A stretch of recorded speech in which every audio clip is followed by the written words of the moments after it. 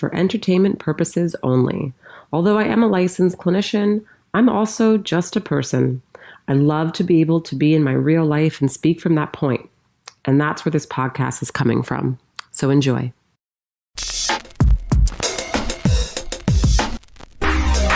Searching for truth, looking for answers. There must be a way to another day.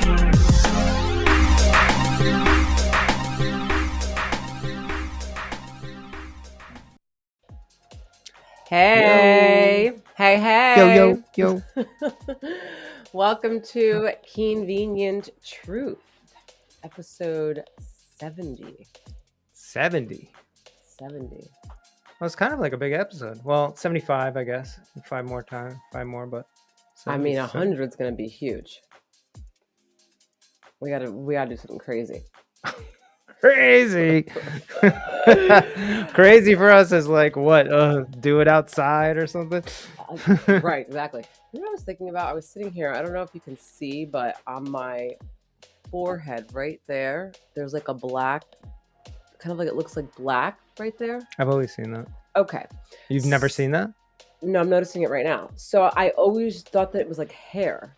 So I'm always like this, like trying to push the hair out of my face. But right now, as I'm looking in the, How is this looking at possible? myself- You don't like look at yourself and I used to look at myself a lot. I used to be really vain. this morning you were doing your hair in the bathroom for like an hour. You didn't see it? No, but what's crazy is that I think that was from when I burned myself with a curling iron. See, so back in the day before you met me, I don't know if I was doing this when you met me, but I used to also shave my widow's peak. Did you know that? Yeah, I'm the one that got you to like not remember you had it shaved when we first met. Did I? Yeah, and I said just grow it out. So I met you with no widow's peak. No widow's peak, no eyebrows, no nothing. And you still loved me. Gosh. What a winner. Yeah, so it's crazy though. The shit that I used to do when I was like single and dating people is wild. Like I used to literally wake up in the morning before they got out of bed to see my face and go to the bathroom, fix my eyebrows. You were doing that the first couple I was times doing we this met. still with you? Yeah. Yeah, this was what I was doing, you guys. Fix my eyebrow. Then I would sleep like this. Yep, like this, like that girl in Friday. Yeah, I would sleep like this because I couldn't mess up my eyebrows. Man, my eyebrows were so restricting. I couldn't do anything.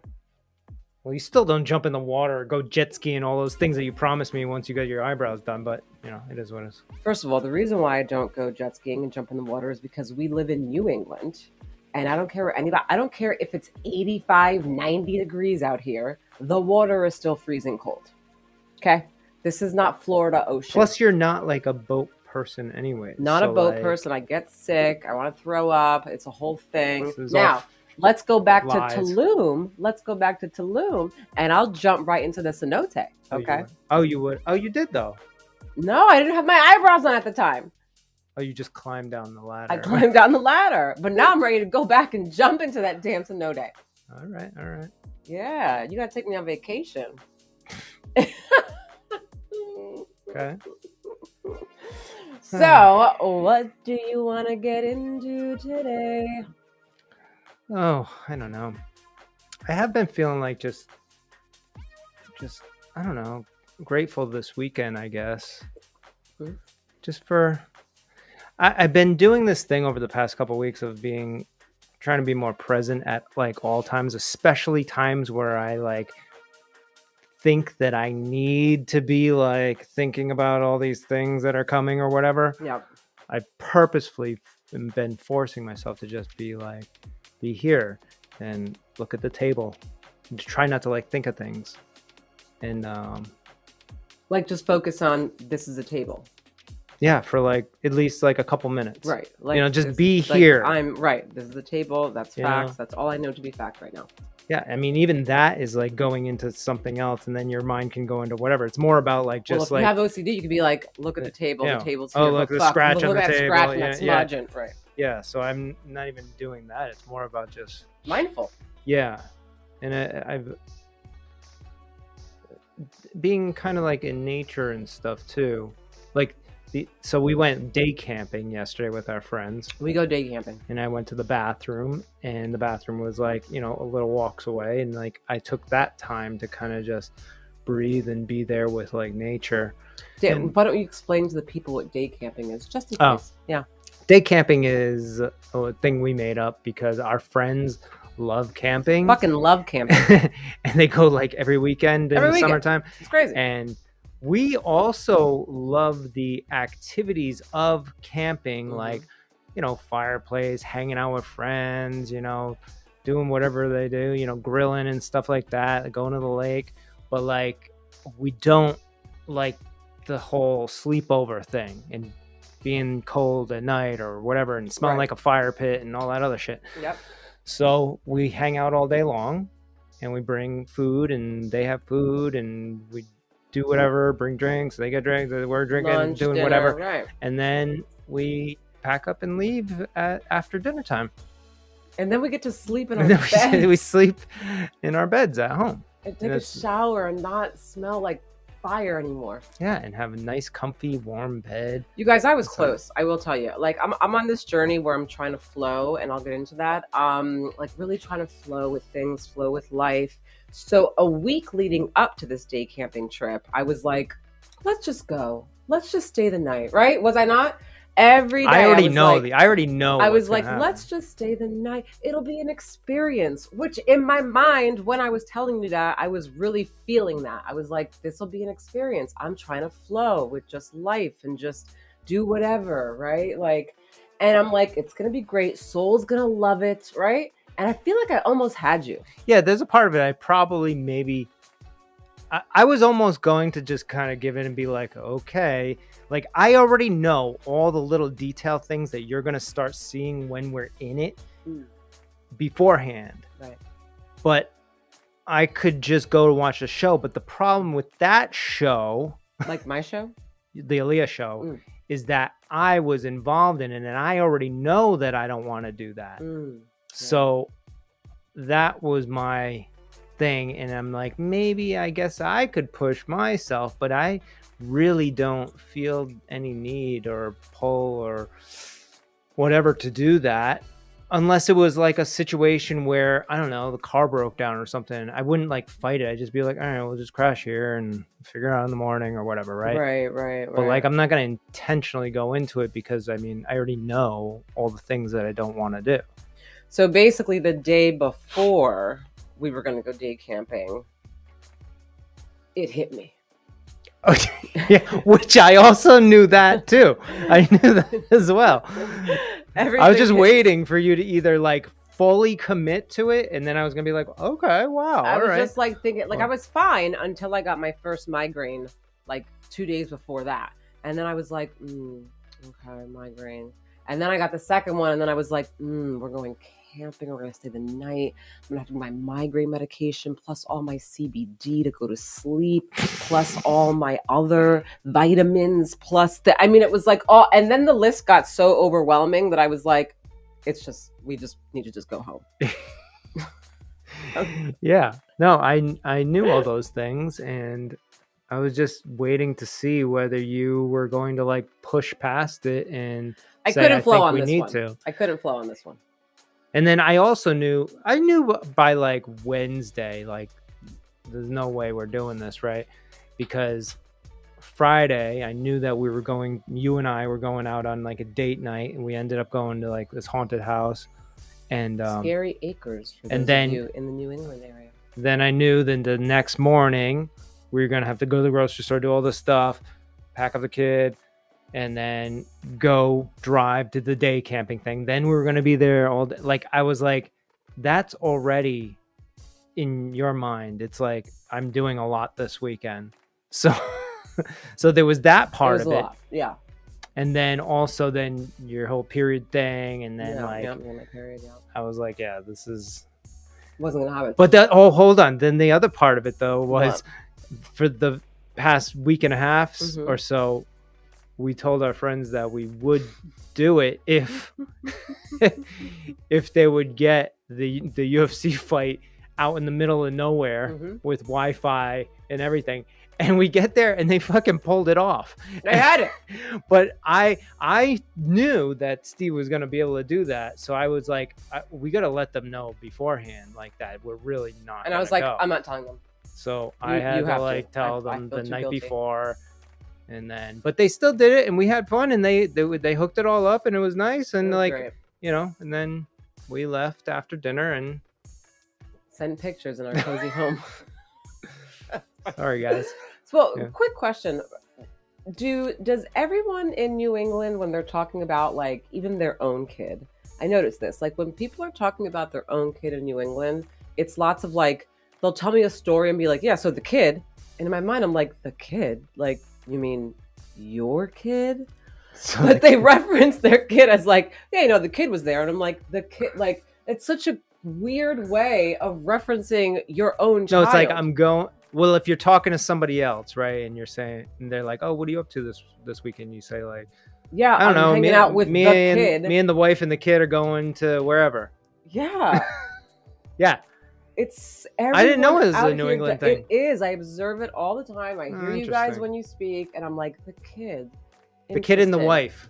Because how I say it is just, I'll be with my daughter, my husband, because it's my daughter, my husband. It's the same thing. It's not, though. The kid sounds, I think, a lot more dismissive. Like, yeah, like that kid.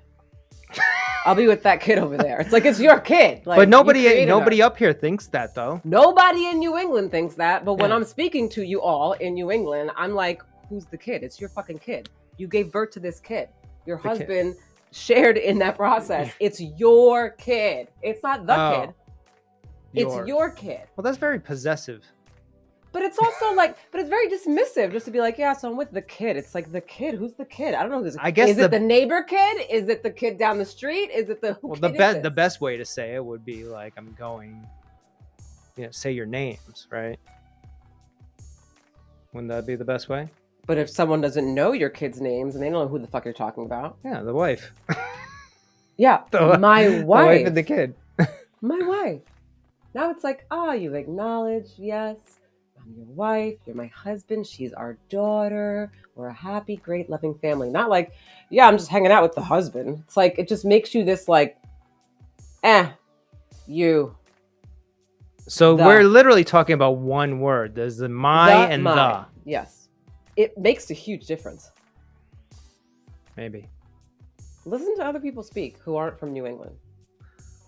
I don't look that deep into it, it's just like, okay, I understand. Like, okay, you're going somewhere with people. But I feel like that's a part of the culture out here if you think about it, right? Like, I feel like ever since you were a kid and ever since your dad was a kid, everybody was like, oh yeah, I'm hanging out with the kid later, hanging out with this guy later, blah, blah, blah. And that's like the culture of New England. So everyone just thinks it's like normal. I guess maybe right? this is one of those things that I just think is normal. I think another like, common thing I find in New England is that the traditional New England culture, what I have found from working in this population, and it's very common, where it's like, okay, you're younger, your dad's at the bar, you're calling the bar to basically ask the fucking bartender where your dad is. Then you have then when you're 9 years old, you got to walk to the bar to go get your dad in a blizzard. It's just like a common thing. Yeah. But it was fun. It was like a whole journey. And it was so fun getting my dad in the blizzard at the bar at 12 o'clock at night when I was 9. Those are the good memories that we have.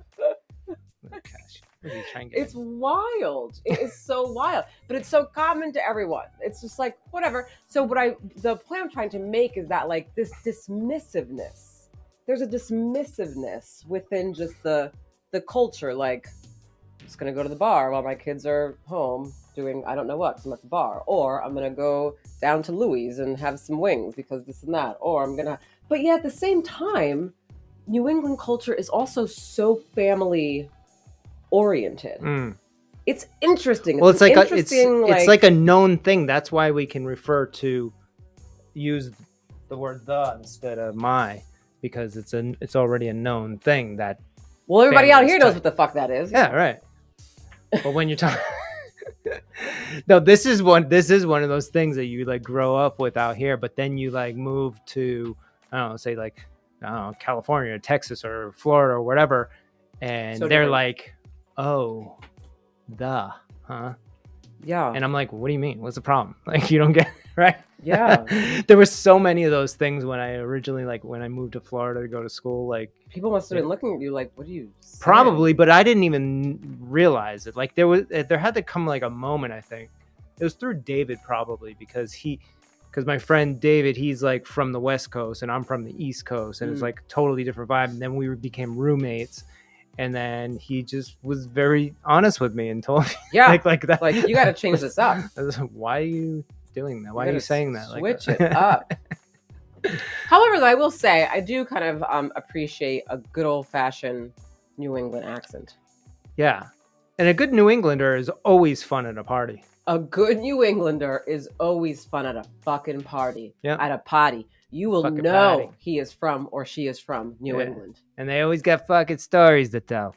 Always got stories. Right? About the picking up your dad at the fucking bar. Remember? Oh, yeah, and you're like, I got my dad at the bar, too. Do you remember when my sister got an Uber and the Uber driver here? Right. Oh, my God, it was insane. So my sister got an Uber. It was like during Gatsby Day, which is like a big thing out here in Warwick, which now I'm really into. But anyway, she got an Uber driver. And the fucking guy, it's like she came back to us with his whole story. Well, she recorded the whole thing about his wife and like about how the wife and this and that and this and how he can pick something off a clam cake. Damn, what the fuck did he say? Oh, it's like I could something about like a seagull could like I could talk a seagull off a clam plate, right? A clam plate. I could talk a seagull off a clam plate. And that was just like normal. He wasn't like trying to like be jokey. He was being himself. But as Janika's sharing the story with you and John, right, who are two Rhode Islanders, you guys are laughing, but you're like, yeah, I could talk a seagull off a clam plate. Like we totally understood what the guy was trying to say. Yeah, like how do you not understand what he's saying? You know. You know, my thing with that guy, I would have just been like. I mean, now I would have like noticed all those little things, but I think in the past I would have just been annoyed that he's talking so much. You know, not the details within the story. Well, especially in an Uber, because let's be honest, guys. I don't know about you, but like I don't like to talk while I'm in the Uber.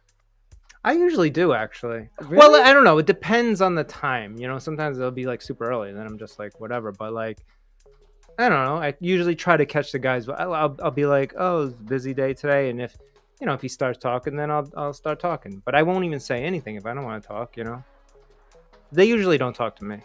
Well, some of them do. And then they rope you out in. Here, I guess. Then they rope you in when you don't want to, because then it's like, I feel bad if I don't engage in this conversation that I don't want to fucking have in any way, shape, or form. But I see it as like, you're sharing the space with this person for this time. Like, I mean, it's like... Let's almost, get intimate. Well, no, it's just almost like maybe there is something that's meant to be said in this time with this person that I'll probably never see again. I don't know. You don't know until you just start talking. I mean, most people, here's the other thing too, right? This is what I'm talking about with this, like being present, right? Most people who are sitting in the back of an Uber are not just sitting there being present and meditating. Their mind is elsewhere in their phone, like whatever pictures they're looking at. They're like, oh, this guy's doing this thing in California. So you're in this other world, which is also not present. You might as well, like, you're better off for your own mental health's sake having a conversation with a real person in front of you. Though, like, see, for me, when I'm in an Uber, I'll look at my phone for a second, but because I get nauseous, I don't look at my phone in an Uber or any car. You know that. Right. So for me, I sit and I look out the window of where I'm driving because I like to look at like houses or like just the area, and I have a photographic memory. So I just like look at things, and then I just like enjoy the scenery, or I see something that I've never seen before, or if I'm in a new state, that's or nice. a new like yeah, that's good. And I like doing that. I don't want to be bothered during that time. Just tell them that. I don't think I could do that. I don't Be know like, what I was to- actually just trying to just look out the window, sir. So can you give me a moment? You know, I don't know. That's just not. It's just better just to just have the conversation. Because I will say though, when I do have the conversations, they end up actually being pretty cool. Like when I Yeah. was in Arizona and I learned about all the gang violence out there from my Uber driver, Yeah. when my anxiety was at its peak, and then I thought that they were gonna come in to my hotel and fucking get the place. Oh my god. Yeah. Also, I like to do that because it's like when you're going to a different place, if you're traveling like in a different town or something, like Yeah. you kind of get to know what's going on locally a little bit through that person, right? Yeah. Which I Yeah. do like. Or some cool restaurants or something like Yeah. that, or I don't know. So that's helpful. But I usually get into it with them. Like this last guy, where is it? That was like in Minnesota, I think. He and this was like an early morning one too. I don't even know how I got into it, but he was just talking about it. A lot of the times they end up getting into like what they want to do in life, and I don't know if that's because of the questions that I ask. Probably It's because the questions that you ask. because I'm just assuming like nobody is just like Uber driver is my career path for the rest of my life, right? It's usually like a temporary thing, or it's like or if you're younger, retired, or like yeah, you're retired, or if it's you're something like younger, that. But then you get to, or you need extra money. Fuck it, I want Right. extra fucking money. But nobody's like, this is like the end all. I want to grow up and be an Uber driver. Yeah, it's always Is that what like you're they saying? have. I'm interested in like understanding like where they are and like where That they're would trying to be go. okay if that was the case, though. What do you mean if that was okay? If someone's life ambition was to be an Uber driver. Listen, that would be another interesting conversation, right? Like this is what you've been like if somebody was like, yeah, ever since I was like 16, this is what I wanted to do. So like I got this card and that's maybe, who knows? That would be a great conversation. So that's fine too. Yeah. Now, there's nothing wrong with it, but I mean, I just know that the majority of people like they do it just to kind of either get by or they're retired. And those are great stories too, because if they're retired, then they were doing something before, and then, or if they're doing it and then they're like stacking up money so they can put towards this other business or something, or they're just like young kids that don't know what they're doing yet. So this is what they're doing in the college. meantime. Perfect for college. Yeah. They're interesting people, I always have like decent conversations with most of them.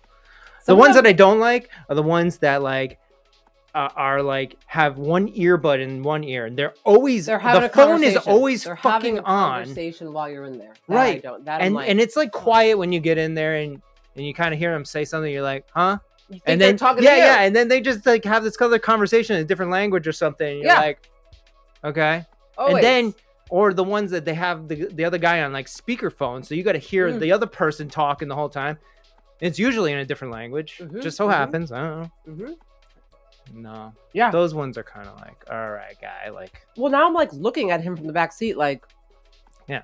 Like I'm only in here for 15 minutes. You thought that this was okay? Like in your mind, when you picked me up, you went into this car ride thinking to yourself, it is 100% okay to talk on the phone, on speaker, while I have a customer in the back seat. Well, I gotta say though, like we're stepping into their world. It's like this is like their house for the day. And maybe they're conducting business or doing other things. I don't know. I have no idea. But at least maybe say something. Be like, oh, sorry, I'm on the phone. I'll be off in a few minutes or something like that. Something. Whatever. But they're fine. Bring it back to mindfulness. Bring it back to the campsite where you were being mindful. Mm-hmm. Yeah, so I just try my best. Yeah, you were gone for a long time. I thought you had like severe diarrhea or something. No, I was like, this guy. But that was. I will say that's when like the stomach stuff started work. And I'm telling you, it was that sandwich. It was that sandwich, which was super delicious. But like, we don't know what was on it. It was so good. So good. But we're very like. I am fucked up today. We have to have the gluten-free, dairy-free. This had some like special sauce on it with like pickles. I don't know and, what like, was it. Right. Avocados, some other stuff. It was too much. But it was so good. This is gluten-free bread. This is my dinner. I'm not eating anything else.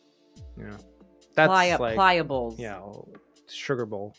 So fucking good though. If you guys have not been to Pliables, check them out. It's a good little snack, but it's like I need to know how much sugar is in that bowl. It is kind of odd that they don't put that anywhere on the menu.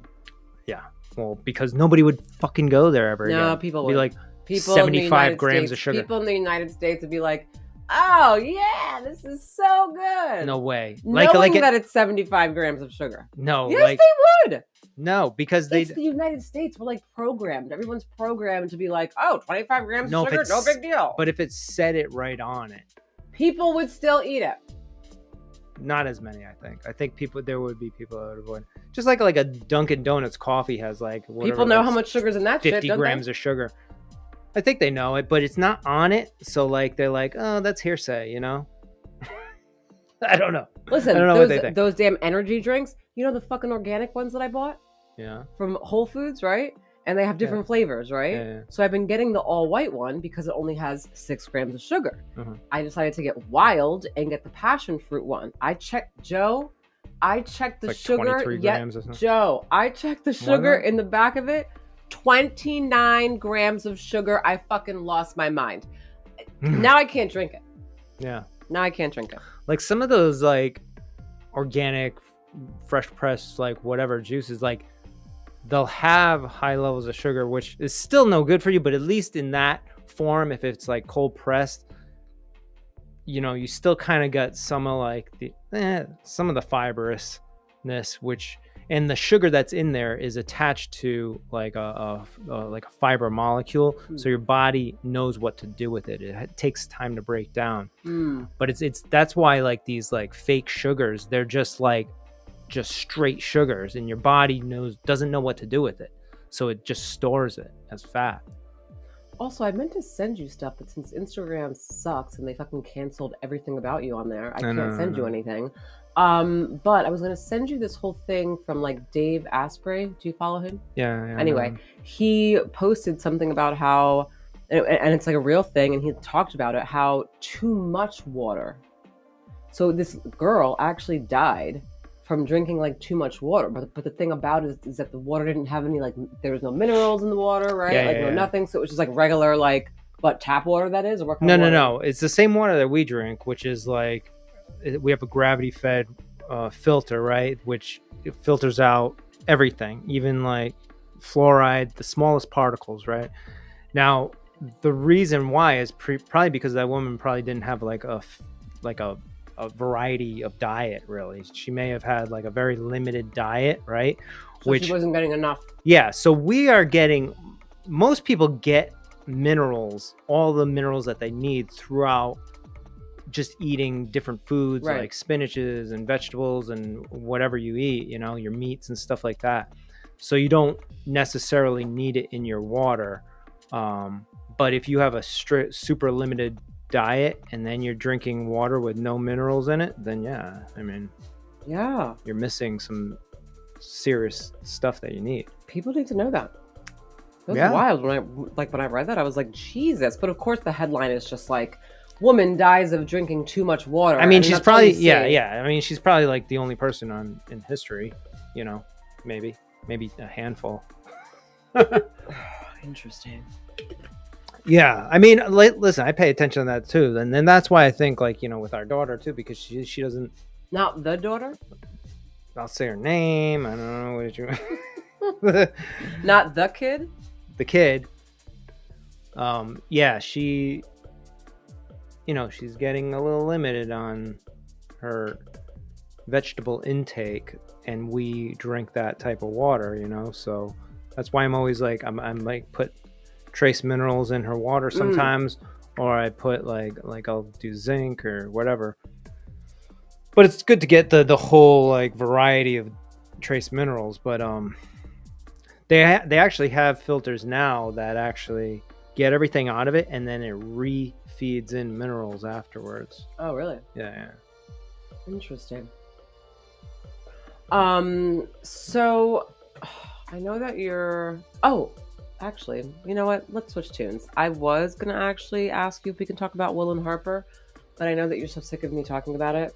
Side note, if you have not seen the documentary Will and Harper, please watch it. I'm absolutely obsessed with it. It hit me so hard. I gained so much insight. It blew my mind on such a deeper level of life.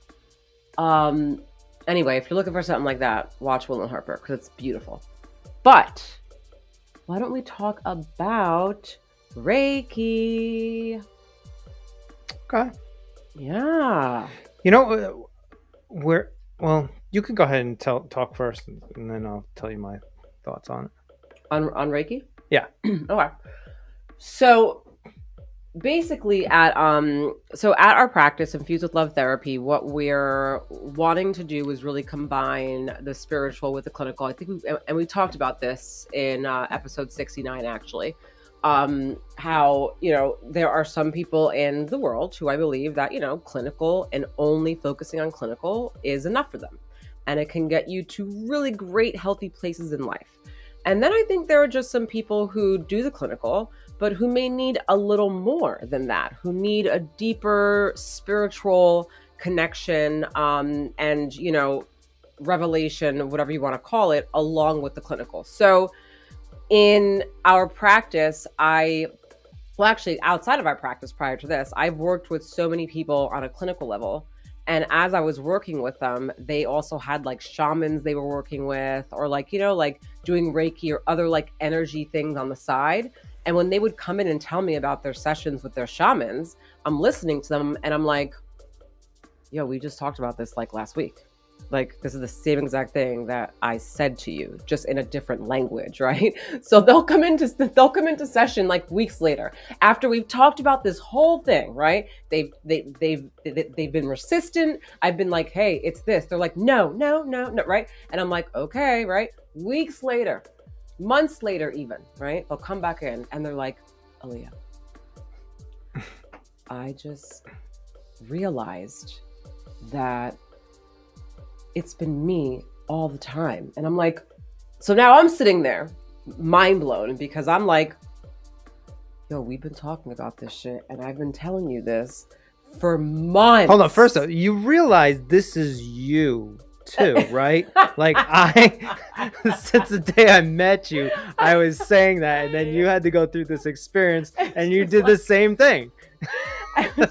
So this one patient specifically, she was doing that with me, and I would sit there being like, oh my God, like why? But it took the shaman to say the same thing I was saying, just in a different way for her to understand. So one day we're in session and she says something else that I already told her, but as it's a brand new thing, right?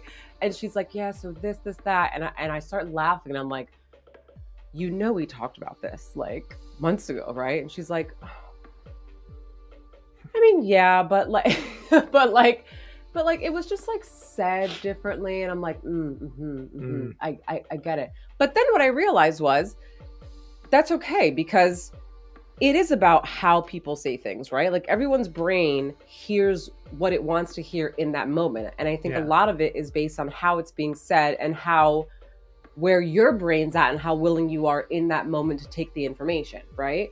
So it could just be that, right, I was telling her all of this and challenging her with all of this, but she just wasn't. But then here the shaman comes, says the same thing I'm saying, but just something she says or how she says it just connects and makes sense, right? Yeah, I mean, that's just with anything. Like, that's why there's different therapists. Like, that's why people go to different people. That's why Jay, your friend Jay, could tell me things that I get. Yeah. Meanwhile, you've been telling it to me and I won't do it. Right. Yep. So that I understand. So anyway, what it led me to was this thought of like the spiritual and the clinical need to be together. I mean, in my mind, I think that's what makes sense. I think that's what's like the strongest shift in mindset, in self-awareness, in everything. So that's what we're bringing. Anyway, on my journey of self-discovery and just spirituality, I went to Reiki for the first time in June. And I went with, I hope I pronounce her last name right, because I've never asked her how you pronounce her last name. But DiBiase. Is it DiBiase? Yeah. So Carrie DiBiase, she is a phenomenal, beautiful, mind-blowing, heartwarming, spiritually connected just amazing human being. And I'm like picky about people, like especially when it comes to stuff like that, like clinical stuff or healing work. I'm really picky. But she blew me out of the water. So I went to her at a time in my life in June when I had insomnia. So I was not sleeping. It was like months of just like not slept. It felt like months. It was probably just like a month or something like It was that. a But couple of few weeks. yeah, it Maybe felt a like month. Maybe it about felt a like month, it was yeah. ages. Okay, but I wasn't sleeping. Ali is the worst on like timing, by the way. Like, I was it's like, I was we've been doing this for like 3 years. Yeah, 3 months maybe. so I wasn't sleeping at all, and it got bad. Like I will say, at that time in my life, was bad, I've yeah. I've never experienced anything like that before. For those of you who have sleep issues, I completely hear you. I completely understand. I completely know how it feels when it totally just shifts your mood and your mindset. You can have the strongest, healthiest mindset ever, but you have no sleep for a week, Oh yeah. it's a wrap. And then you like start kind of your immune system kind of starts shutting down too, and you start Oh feeling my sick even. God, it was you know? wild. So I was experiencing so many things. It was like OCD was in there and anxiety was in there so bad. And then depression came in. And I was like, I just want someone to literally just turn my brain off. I don't care how you do it. I don't care what form it's done in. Just turn it the fuck off so I can actually go to sleep. Like that's how bad, like it was bad. And so when I went to her, I saw her like, I was just like in full blown surrender, like just anything, like at this point.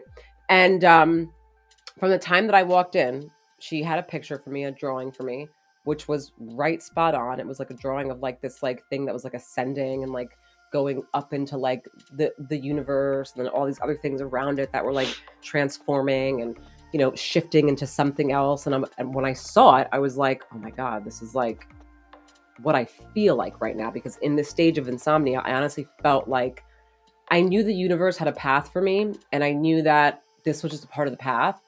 I didn't really know what at that point, but I knew that it was something was shifting. So anyway, she did that. Then we did cards. It was great. Everything was on point. So then we go on the table and she starts doing, the energy work with all my chakras. And, she starts up here with your crown chakra. And as my eyes are closed, I see like purple. I see lots of indigo, which is your crown chakra. I saw lots of like blues. And then I saw, eventually started seeing lots of like white light. So after that, I then actually start seeing a very, very, very vivid image of my 10-year-old self talking to my adult self. But like I saw her face, just her eyes were just staring right into my eyes. And it was as though she was right in front of me. And all she kept saying to me was, "Mommy always loved us." And for those of you who have listened to season 1 of Keanvenient Truth, back in season 1, my relationship with my mother was very iffy. And I have had a very iffy relationship with her for quite some time up until recently. It's been a roller coaster ride, Up until season 4. Up until season 4, guys. So it really there's been a lot there. So when I saw that and I felt the little girl version of me saying like, "Mommy always loved us," I freaking lose it. Now I'm on the table. I start sobbing. I'm like shaking almost. Carrie is like, "Do you want to move on?" And because I'm like, this is the best thing ever. Yes, let's move on. I want to grow and I want to learn. So fuck yeah. So she keeps going. But after that happened, I then start getting memories that I have not had. Because please understand, anyone who's been through trauma or any kind of traumatic situation, understand that your brain will literally create narratives about how things may have gone in your life. Your brain will also suppress information and suppress memories as though they never even happened. So for literally my whole life, I've been under the assumption and the idea that my mom was never there. In my mind, my memories were only negative memories. It was only that she left and she was never around. And when the memory started coming in this Reiki session, it took me to a specific memory when I was like in my old house as a kid where I had a dance and my mom was there trying to fix my hair. But what was I doing? I was so irritated with her being there, and I didn't want her to be there. So I was like being an asshole teenager kid, and I was pushing her away, but she was there. Then it took me to another memory of like us at like a family thing. My mom was there. Again, I was irritated and I didn't want to talk to her at that time, but she was there. So all these memories start piling up, and it hit me like a fucking huge revelation of like, oh my God, my mom has actually been there the whole time. Like, yeah, like she left, and the way she left wasn't the best because of her mental state at the time. And I understand that now. But she did not leave, Aaliyah. Okay. Like Esther DeLerme was still very much in my life and showed up many fucking times in my life. But my brain did not want to remember that consciously. Still to this day, even. No, now. Continues to show. No. Well, no. Now, ever since the Reiki session, memories have been coming. Yeah. And I've been telling you, even my last Reiki session, it's like things become more and more clear every day that she was there the whole time, right? So anyway, I have this huge thing. I'm like, oh my God, this is amazing. Then after those memories, my grandmother tried to come through. She was telling me that my grandmother was coming through, but then there was a guy that was kind of pushing her away. And then he wanted to come through instead. Come to find out, it was my grandfather, who's my mother's my mother's dad. And he told Carrie to tell me fishing. And I'm sitting there, I'm like, fishing. What's fishing? I'm like, I don't ever remember going fishing with him. But granted, they passed away when I was like 17, so that's a long time ago. But I couldn't think of it. And then it hits me. Literally the day before my Reiki session, which was a Sunday, my husband, my father, and our daughter, our daughter, right, go fishing together. And when that hit me, I said to Carrie, I was like, oh my God, my family, they all just went fishing yesterday. And she was like, yeah, she was like, that's his way of basically telling you that he was there, that he knows your husband, he knows your daughter, he's always with your dad. My grandfather was obsessed with my father. And I think he's telling you that you need to come fishing with us. Yeah, well, so then I start crying even more because I'm like, the last time I thought about my grandfather, unfortunately, because they passed away so long ago, has been, oh my God, like so long. So when that hit me, ever since then, I've been having all these memories now that I didn't have of like my grandfather and how close we were and all these things, So then come to find out after now this session, now I'm processing for like months, right? And I'm having a conversation with my aunt, and she tells me actually that my grandfather was always in the back seat. My grandmother was the one that we all focused on. That was it. That was like the face of the family, like grandma. She was it. And grandpa was just kind of like always here on his couch, on his little chair that he sits in, just kind of, paying for everything. Right. Probably. We would go there and be like, hey, grandpa, but like grandma was it. Right. So when he actually pushed my grandmother aside during the Reiki thing and was like, nah, bitch, like I'm trying to speak to my granddaughter. It made sense when she told me that, because I'm like, oh my God, of course. He's like, enough with you. Like, you've been in the limelight for all this time. Like, let me speak to my granddaughter. So it was just such an amazing thing. So I've been doing that. I go like once a month, and it has literally shifted. Like the clinical was always there, right? Like I've done a lot of clinical work, and it helped me with so much insight and to make so many connections and process a lot of stuff. But for me personally, I needed something like way deeper and intense, and the Reiki really provided me with that. So I have now sent patients there to her. I have sent friends to her. My friends are sending their friends now. And there's not one person that comes back with anything less than what I just said, So it's really amazing. I highly, the website is a peace-filled soul, SOUL.com. A peacefilledsoul.com. That is where you can contact Carrie for anybody in the Rhode Island or Connecticut or Massachusetts area, actually, because we're not far.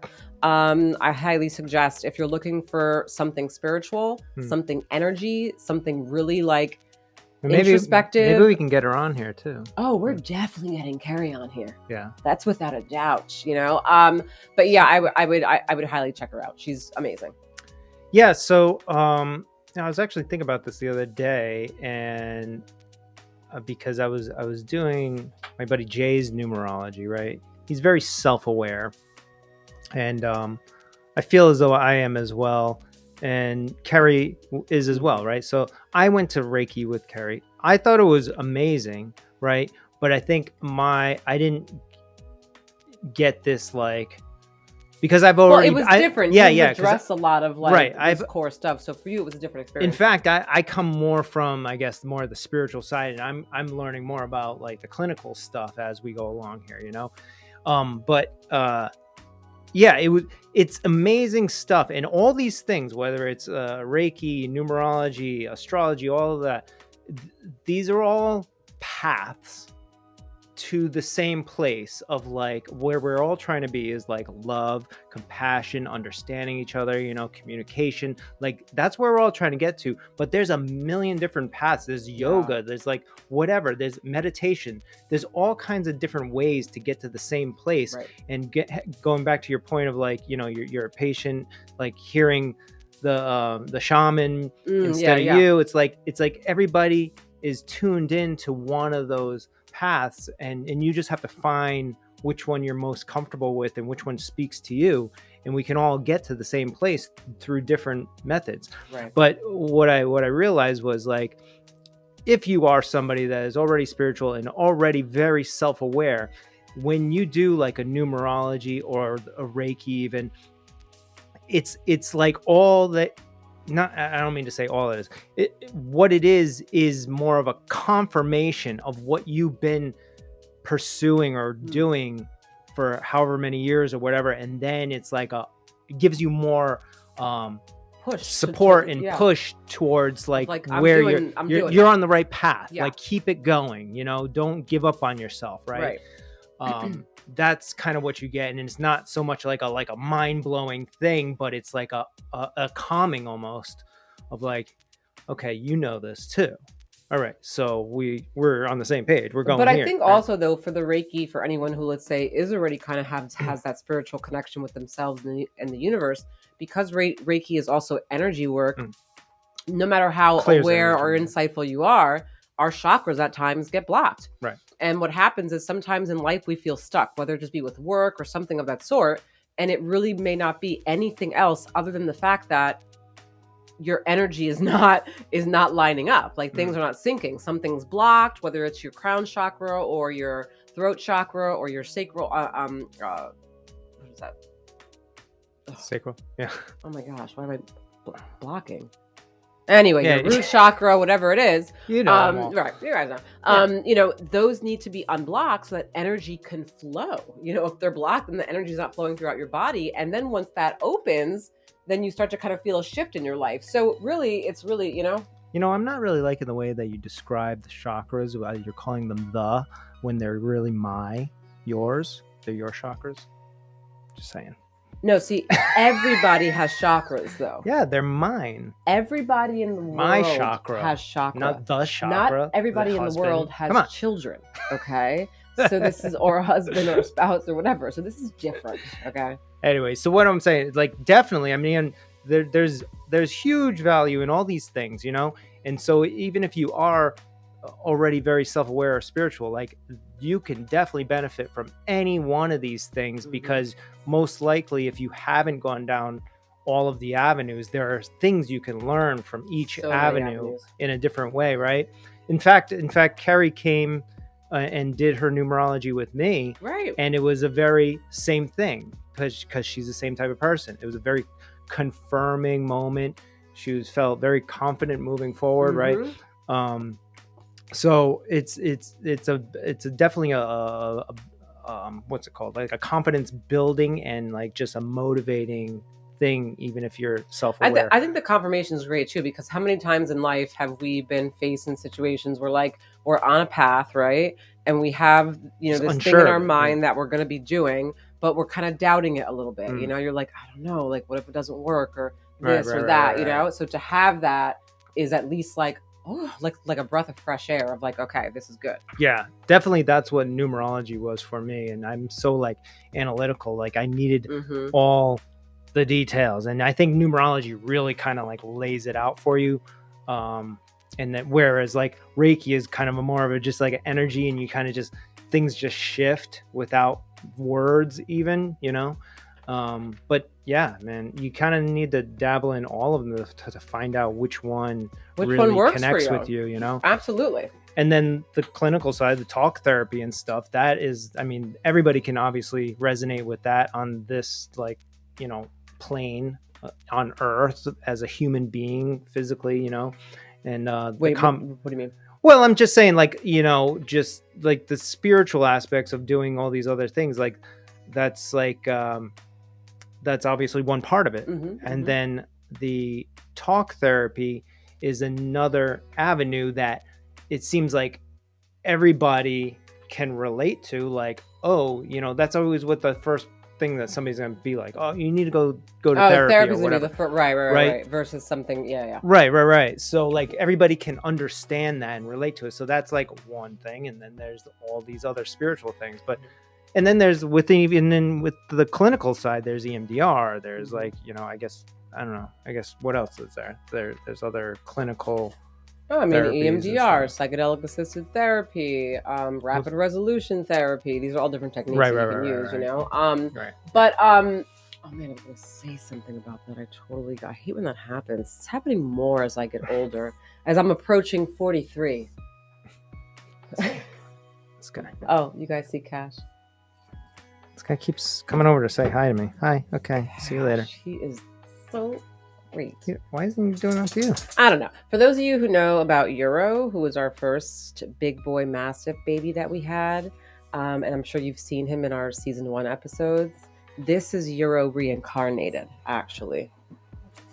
Euro came back to us. He found us through a half pug, half terrier, and a little bit of cocker spaniel. I don't. Yes, you do. They're the same dog. Looks like a baby Rottweiler. He's a baby. So yeah. Anyways, all right. Yeah. I forgot what I was going to say. So. Oh. Yeah. No. So I mean, things have been. We've been on these paths, and they take time sometimes, you know. And I guess the moral of the episode is that, you know, find your way, because the spiritual side of things is definitely a thing. It's not like hokey. It's a part of the puzzle, right? So when you are ready and when you get to that point, you should start seeking out some of these other avenues, even if it's just whichever one pulls you the most, you know, go try that out. And then maybe if you do that a few times, you feel comfortable with that, try some other things, you know? I was going to talk about spiritual bypass. So I was going to say that I think it's quite common, like you were saying, that when people are trying to maybe gain more insight into themselves, there's something going on, the first thought is, I'll go to therapy, right? I think that's pretty common. What can happen, though, for people who, let's say, his first thought is, I'm going to work on the spiritual, is if you are finding that you have only been focusing on the spiritual and you have not done any clinical, now you're doing something called spiritual bypassing, which means that you're trying to still avoid addressing deeper things that need to be addressed on a whole other level through just spiritual stuff, which is great, but you're going to be missing a really big piece. And so some people will avoid that by just tapping only into the spiritual and not into the clinical. And the same for vice versa, right? Too, which I think you're now experiencing, right? Like understanding that, right? The only reason why I make that way more of a focus is because I think that, in general, I think that there are some people, maybe I'm sure, in this world that don't really think or care about the spiritual piece. They were never learned. No one ever taught them. They don't know. They don't, you know. So their mindset to it is very like blocked off anyway. You know, so for them, they could probably have clinical for the rest of their lives and be, you know, like, okay, it'll get you to a good point, you know, like, but they're just gonna be like, no, I'm fine, you know, like everything's fine, I'm cool, and they may not really feel the urgency to be on a deeper level, you know. I guess. I mean, I personally think you need both. You have to have, I think that you have to have both to really be a complete, fulfilled person at some point in your life. I mean, I think what happens with those people that just go down the clinical path all their life and then they kind of like, they're like, okay, we're good. And even you would be like, yeah, okay, we'll see you later, you know? As that person continues on through life, at some point, everybody gets to this point, whether it's like on their deathbed or prior to that, usually on the deathbed, they start getting more spiritual. They start talking to God. They start thinking about the other side. They start getting fearful of the other side because that's where they're going. They're going over there, right? And if you haven't put any thought into an alternative to what our eyes see and our nose smells and our hands touch for all your life, then it's going to be a scary moment, right? Moving into there. And everybody goes through that. So you're better off trying to start to tap into that a little bit when you can actually cognitively think about it and you are physically able to like go see Reiki or whoever, instead of doing that like days before you die, because that's a scary thing then, you know? Yeah. I mean, that's my opinion, but you know, everybody's going to live how they're going to live, and that's their path, Right. and that's how they're supposed to figure things out, I guess, and Right. it is what it is. But I think it's a 50-50 thing. You need it all to really understand what we're doing here on Earth. Like I feel like if you just get the clinical side, okay, yeah, on this physical plane, where we are, going to work every day, functioning, communicating with people, all these things that we just do here, everything we see and touch and whatever, yeah, great. But what about the rest of it, the other like 50% that we can't see or touch or hear or whatever, but is there? You know, a lot of people we're just kind of coming into that now as a culture, that's like even okay to like have a podcast and talk about this shit. Freaking 15-20 years ago it was like hokey, like, right. What are you talking about, bro? You're just saying ghosts are real? No. Well, no, it's just like either you know yourself and know that this is not just it, we are energy, or you don't. I don't know. This is just my opinion. Yeah. And absolutely. We will just keep going, you know. And I don't know, I just running on a little rant there, but I feel strongly about it. Yeah, that's good to feel passionate about something. Yeah, I think it's because I died on shrooms, but you know, that's why. That's another, yeah. That could be another reason. Yeah. I was talking to a buddy of mine the other day, and he was talking to me about DMT and how it's like so, because if anybody doesn't know what DMT is, it's like we produce it in our brains. All animals, plants, and wherever all produce it at very small levels. And they say that it's actually really the highest doses in your body are when just before you die. So but then when you take DMT, as like if you smoke it, like before you even inhale it, you're literally just come out of your body. You're like shifting over to another dimension. Like everything looks disclaimer real. We're not saying to go smoke DMT no, not on saying your own. I'm just talking about an experience that a friend had, so I thought it was interesting. Where he's like, yeah, you're just kind of like outside. You're here, but you're not here. It's like everything is like, and it's quick, totally and fast, yeah. though, right? It's like a 10-minute thing, and you're there. Like it. He said that world felt more real than this world. Now that's bizarre, right? Yeah, right. And he also said that the entities or whatever that are there, he went there a couple times and they were like, you're not supposed to be here anymore, don't come back here. And like you've been here too many times, like chill, like right. You're not supposed to be here until like a long time from now, basically. Yeah. And then everybody that I've heard talk about DMT, they all talk about these same like similar kind of like entities that are there. that's kind of weird because they're all kind of anybody that does this, they're seeing the same similar things. Weird. That's interesting. But I can't imagine like taking something and just really thinking like everything is like really more real than this table. That's crazy.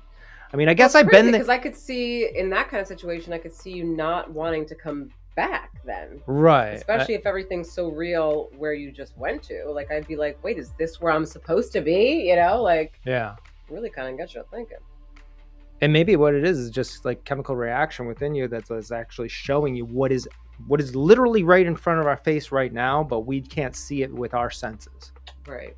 You know?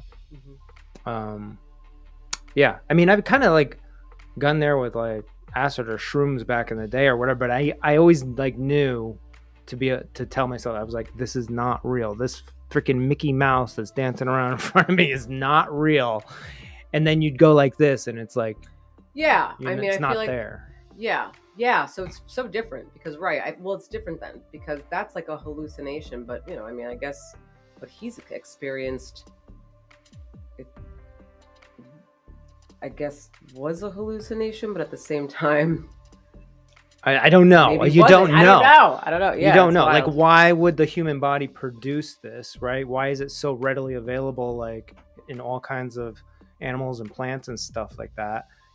And then it's like most produced when you die, like just before you die. Like they've tested like thousands of people, like just before they die or just after they die, I think. And their levels of DMT spike. I'm really fascinated, and then we can't go into this because we do have to make dinner for our child. For the kid. The kid needs to eat. But I've always been so fascinated about like, there's a documentary, I think it's on Netflix right now, and I think it gets into talking to people who actually were going to die. And they are all talking about what they saw right before they like died, you know, or they actually died and then came back. Kind of what it was. And they all talked about it, and it was like the same type of stuff. It's and the it's light like and stuff, from like all these different states and countries and everything. And I am fascinated by that. Remember that movie with oh my God, what is his name? He was in the Lost Boys. In the Lost Boys? Yeah, that old movie with the vampires. Kiefer Sutherland. Right. It was with Kiefer Sutherland, and they were like basically like they were like basically killing each other. And then they had you like tied up to all these things so that you can like take data and kind of find out like what was going on like when you were dead. And then they brought you back. But what the F is that movie called? I don't know. Oh, it was so good. Old movie, I think like 90s. No idea. I probably saw it though. Someone who's gonna watch this is gonna know. If you do, DM Keanvenient. Yeah. And then there's another documentary about DMT, the spirit molecule. There's also the book about that actually. Yeah. They call it the spirit molecule because we produce it's a molecule within everything. Like it's there. Some comedian made a joke. It was like everybody's holding an illegal drug that is produced in our body. Right. But it's interesting to think about because if you think about like where we've come in the past, maybe even just 20 years, when you're talking about like the spiritual side of things, and like I said before, how it's like more open now and more people have experienced these types of things, right? And we can talk about it. Like maybe these things that my friend saw is like it's just a deeper level of what this spiritual side that everybody is starting to be congruent about that like exists and is helping us like manifest on this earth, you know? Yeah. And I think we're just getting into that. We're going into the Aquarius. This is the sign of the Aquarius right now, which is an opening, spiritual opening. Man, I feel open. Yeah. I mean, I don't know how long that goes on for, but it's like hundreds of years. It's just until we get into the next astrology symbol. I can't wait to talk to you all after I've done my ayahuasca. Jeez, I can't wait either. I just can't. I'm just sitting around waiting for this. I'm like, this is just gonna be like, are you speaking to two different people? You know, like, did I just completely change? Yeah, I'm psyched. Yeah, I mean, but like you made a point before, is like there is a balance though. Like you can go too far over that side and then Oh, want to just yeah. live there. And these are those people that probably from Well, like they're high school that again, they're like spiritually bypassing. yeah That's it. continued to do acid beyond the time when they should have been. Maybe they should have eased off a little bit and I started know. doing things like having families or whatever. And then again, the clinical world diagnoses them as like, I don't know, schizophrenic, when it's like, are they schizophrenic, or did they just do a shitload of acid? Maybe they spent too much time over there. Just like people that spend Well, I too guess much it could be time. substance induced. Yeah, okay. Yeah, all right. Just Give me like that. people that spend too much time like here, like stressing about like making money and whatever, it's almost the same thing, but that's like it's like accepted. Right. But you need a balance, because I think what we're doing is we're pulling thoughts and energy and other things from I don't know where. I won't tell you that I know, but No. there's energy in the universe, and some of us, actually all of us, are connected to it, but some of us more so than others. But you bring that down and then we manifest on this earth, and maybe that's what we're really meant to be doing here. Just this is part of the experience of the universe. And maybe through time, we all get to be everything, because we are all everything. What's that noise? What? Is that your laptop? That's the amazing background music that I have here. No, That's the laptop, yeah. Jeez Louise. It's working hard to process all this spiritual information that we're talking about. All right, we have to get going, but I just want so do you know that Soul says, our kid, or the Soul says, the kid, that she's so like when we're in the car, if like a song comes on, or like I skipped it and she want to hear it or something like that, she'll go, "Oh, biscuits."